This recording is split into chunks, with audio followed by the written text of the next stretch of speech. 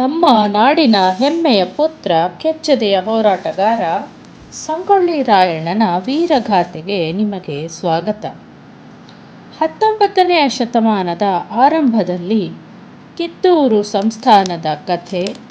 ರಾಣಿ ಚೆನ್ನಮ್ಮನ ಬಲಗೈ ಬಂಟನಾದ ಬ್ರಿಟಿಷರ ವಿರುದ್ಧ ಸಿಂಹದಂತೆ ಹೋರಾಡಿದ ರಾಯಣ್ಣನ ಧೈರ್ಯ, ಸಾಹಸ ಮತ್ತು ದೇಶಭಕ್ತಿಯ ಕಥೆಯನ್ನು ಈ ವಿಡಿಯೋದಲ್ಲಿ ನೀವು ಕಾಣಬಹುದು.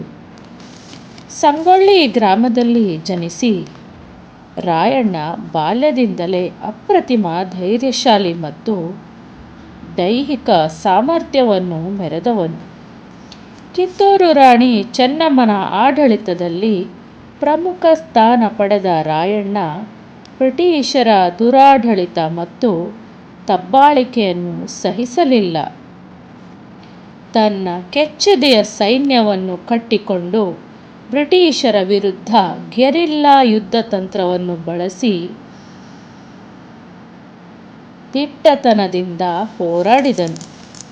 ಈ ವಿಡಿಯೋದಲ್ಲಿ ರಾಯಣ್ಣನ ಜೀವನದ ಪ್ರಮುಖ ಘಟನೆಗಳು, ಬ್ರಿಟಿಷರ ವಿರುದ್ಧ ಆತನು ನಡೆಸಿದ ರೋಚಕ ಹೋರಾಟಗಳು ಮತ್ತು ಅವನ ತ್ಯಾಗವನ್ನು ಕಣ್ಣಿಗೆ ಕಟ್ಟುವಂತೆ ಚಿತ್ರಿಸಲಾಗಿದೆ. ಸಾಮಾನ್ಯ ಜನರನ್ನು ಸಂಘಟಿಸಿ ಬ್ರಿಟಿಷರ ಸಾಮ್ರಾಜ್ಯದ ಅಡಿಪಾಯವನ್ನು ಅಲುಗಾಡಿಸಿದ ರಾಯಣ್ಣನ ಕೆಚ್ಚೆದೆಯ ಧೈರ್ಯ ನಿಜಕ್ಕೂ ಸ್ಫೂರ್ತಿದಾಯಕ. ಬನ್ನಿ, ನಮ್ಮ ನಾಡಿನ ಈ ವೀರ ಸೇನಾನಿಯ ಕಾರ್ಯವನ್ನು ಸ್ಮರಿಸೋಣ ಮತ್ತು ಆತನ ಕೆಚ್ಚೆದೆಯ ಕಥೆಯನ್ನು ಎಲ್ಲರಿಗೂ ತಲುಪಿಸೋಣ. ಈ ವಿಡಿಯೋವನ್ನು ಲೈಕ್ ಮಾಡಿ, ಶೇರ್ ಮಾಡಿ, ನಮ್ಮ ಚಾನಲನ್ನು ಸಬ್ಸ್ಕ್ರೈಬ್ ಮಾಡಿಕೊಳ್ಳಿ. ಸಂಗೊಳ್ಳಿ ರಾಯಣ್ಣ, ಸ್ವಾತಂತ್ರ್ಯದ ಸಿಂಹ. ನಮಸ್ಕಾರ ಎಲ್ಲರಿಗೂ. ಇಂದು ನಿಮ್ಮೆಲ್ಲರ ಹೀರೋ ಸಂಗೊಳ್ಳಿ ರಾಯಣ್ಣನ ಕುರಿತಾಗಿ ತಿಳಿದುಕೊಳ್ಳೋಣ. ರಾಯಣ್ಣ ಕೇವಲ ವ್ಯಕ್ತಿಯಾಗಿರಲಿಲ್ಲ, ಅವನು ಬ್ರಿಟಿಷ್ ಸಾಮ್ರಾಜ್ಯದ ವಿರುದ್ಧ ಕೆಚ್ಚೆದೆಯಿಂದ ಹೋರಾಡಿದ ಸ್ವತಂತ್ರ ಹೋರಾಟಗಾರ. ಅವನ ಧೈರ್ಯ, ದಿಟ್ಟತನ ಮತ್ತು ತ್ಯಾಗ ಇಂದಿಗೂ ನಮಗೆಲ್ಲರಿಗೂ ಪ್ರೇರಣೆ ನೀಡುತ್ತದೆ. ಬಾಲ್ಯ ಮತ್ತು ಹಿನ್ನೆಲೆ. 1796ರಲ್ಲಿ ಬೆಳಗಾವಿ ಜಿಲ್ಲೆಯ ಸಂಗೊಳ್ಳಿ ಎಂಬ ಚಿಕ್ಕ ಗ್ರಾಮದಲ್ಲಿ ಭರಮಪ್ಪ ಮತ್ತು ಕೆಂಚಮ್ಮ ಎಂಬ ದಂಪತಿಗೆ ರಾಯಣ್ಣ ಜನಿಸಿದರು. ಚಿಕ್ಕಂದಿನಿಂದಲೇ ರಾಯಣ್ಣ ಅಸಾಧಾರಣ ಧೈರ್ಯ, ದೈಹಿಕ ಸಾಮರ್ಥ್ಯ ಮತ್ತು ನಾಯಕತ್ವದ ಗುಣಗಳನ್ನು ಬೆಳೆಸಿಕೊಂಡಿದ್ದನು. ಕುದುರೆ ಸವಾರಿ, ಕತ್ತಿ ವರಸೆ ಮತ್ತು ಮಲ್ಲ ಯುದ್ಧದಲ್ಲಿ ಆತನು ಪರಿಣಿತನಾಗಿದ್ದನು. ಕಿತ್ತೂರು ಸಂಸ್ಥಾನದೊಂದಿಗಿನ ಒಡನಾಟ. ಕಿತ್ತೂರು ಸಂಸ್ಥಾನದ ರಾಣಿ ಚೆನ್ನಮ್ಮನ ಆಡಳಿತದಲ್ಲಿ ರಾಯಣ್ಣನ ಪ್ರಮುಖ ಸ್ಥಾನ ಪಡೆದಿದ್ದನು. ರಾಣಿ ಚೆನ್ನಮ್ಮನ ಧೈರ್ಯ ಮತ್ತು ಆಡಳಿತದ ದಕ್ಷತೆಯನ್ನು ಮತ್ತು ಧೈರ್ಯವನ್ನು ರಾಯಣ್ಣ ಮೆಚ್ಚಿದ್ದನು. ಬ್ರಿಟಿಷರು ಕಿತ್ತೂರು ಸಂಸ್ಥಾನದ ಮೇಲೆ ತಮ್ಮ ದುಷ್ಟ ಕಣ್ಣು ಹಾಕಿದಾಗ ರಾಣಿ ಚೆನ್ನಮ್ಮನಿಗೆ ರಾಯಣ್ಣ ಬಲವಾದ ಆಧಾರಸ್ತಂಭದಂತೆ ನಿಂತಿದ್ದನು. ಬ್ರಿಟಿಷರ ವಿರುದ್ಧದ ಹೋರಾಟ. 1824ರಲ್ಲಿ ರಾಣಿ ಚೆನ್ನಮ್ಮ ಬ್ರಿಟಿಷರ ವಿರುದ್ಧ ದಂಗೆ ಎದ್ದಾಗ ರಾಯಣ್ಣನು ಆ ಹೋರಾಟದಲ್ಲಿ ಮುಂಚೂಣಿಯಲ್ಲಿದ್ದನು. ಬ್ರಿಟಿಷರ ಸೈನ್ಯವನ್ನು ದಿಟ್ಟತನದಿಂದ ಎದುರಿಸಿದನು. ಮೊದಲ ಹಂತದ ಈ ಹೋರಾಟದಲ್ಲಿ ಕಿತ್ತೂರು ಗೆಲುವನ್ನು ಸಾಧಿಸಿತು. ಆದರೆ ಬ್ರಿಟಿಷರು ಮಾತ್ರ ದೊಡ್ಡ ಸೈನ್ಯದೊಂದಿಗೆ ಮತ್ತೆ ಕಿತ್ತೂರಿಗೆ ಮುತ್ತಿಗೆ ಹಾಕಿದರು. ರಾಣಿ ಚೆನ್ನಮ್ಮ ಸೆರೆಯಾಳಾದ ನಂತರವೂ ರಾಯಣ್ಣ ಹೋರಾಟವನ್ನು ಮುಂದುವರಿಸಿದನು. ಗೆರಿಲ್ಲಾ ಯುದ್ಧ ತಂತ್ರ.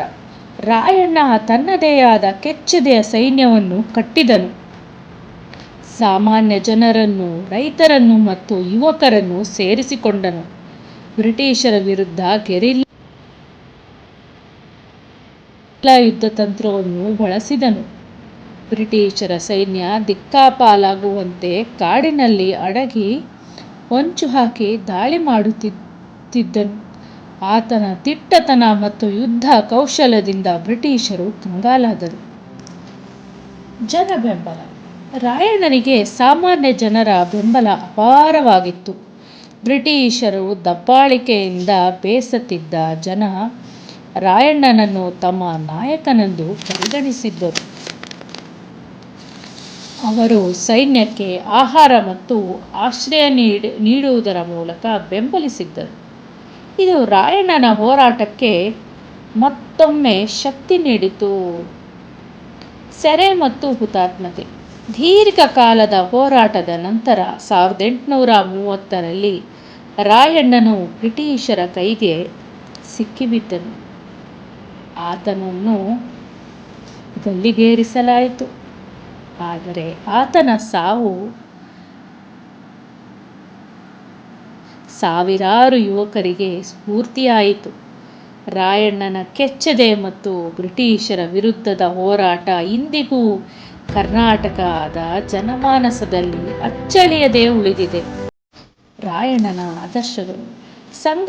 ಸಂಗೊಳ್ಳಿ ರಾಯಣ್ಣನ ಜೀವನ ನಮಗೆ ಹಲವಾರು ಆದರ್ಶಗಳನ್ನು ಕಲಿಸುತ್ತದೆ. ಅದರಲ್ಲಿ ಪ್ರಮುಖವಾದದ್ದು ದೇಶಭಕ್ತಿ. ನಾಡಿನ ಸ್ವಾತಂತ್ರ್ಯಕ್ಕಾಗಿ ಸರ್ವಸ್ವವನ್ನು ತ್ಯಾಗ ಮಾಡಿದ ಮನೋಭಾವನೆ ನಮ್ಮ ರಾಯಣ್ಣನವರದು. ಮತ್ತು ಧೈರ್ಯ.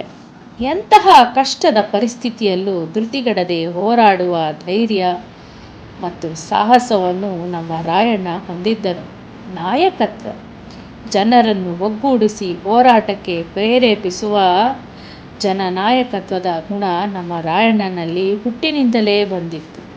ನ್ಯಾಯಪರತೆ. ಅನ್ಯಾಯದ ವಿರುದ್ಧ ಧ್ವನಿ ಎತ್ತುವ ಮತ್ತು ಹೋರಾಡುವ ಮನೋಭಾವ ನಮ್ಮ ರಾಯಣ್ಣನದಾಗಿತ್ತು. ಸಂಗೊಳ್ಳಿ ರಾಯಣ್ಣನ ಕತೆ ಕೇವಲ ಹೋರಾಟದ ಕಥೆಯಲ್ಲ, ಇದು ನಮ್ಮೆಲ್ಲರಿಗೆ ಸ್ಫೂರ್ತಿ ನೀಡುವಂತಹ ಜೀವನ ಗಾಥೆ. ಅವರ ತ್ಯಾಗವನ್ನು ನಾವು ಎಂದಿಗೂ ಮರೆಯಬಾರದು. ಧನ್ಯವಾದಗಳು. ಮುಂದಿನ ಭಾಗದಲ್ಲಿ ಮತ್ತೊಬ್ಬ ಮಹಾನ್ ವ್ಯಕ್ತಿಯನ್ನು ಕುರಿತು ತಿಳಿದುಕೊಳ್ಳೋಣ. ನಿಮಗೆ ಯಾವ ಮಹಾನ್ ವ್ಯಕ್ತಿಯ ಬಗ್ಗೆ ವಿಡಿಯೋ ಬೇಕು ನೀವು ಕಮೆಂಟ್ನಲ್ಲಿ ತಿಳಿಸಿ. ದಯವಿಟ್ಟು ನಮ್ಮ ಚಾನಲನ್ನು ಸಬ್ಸ್ಕ್ರೈಬ್ ಮಾಡ್ಕೊಳ್ಳಿ. ಧನ್ಯವಾದಗಳು.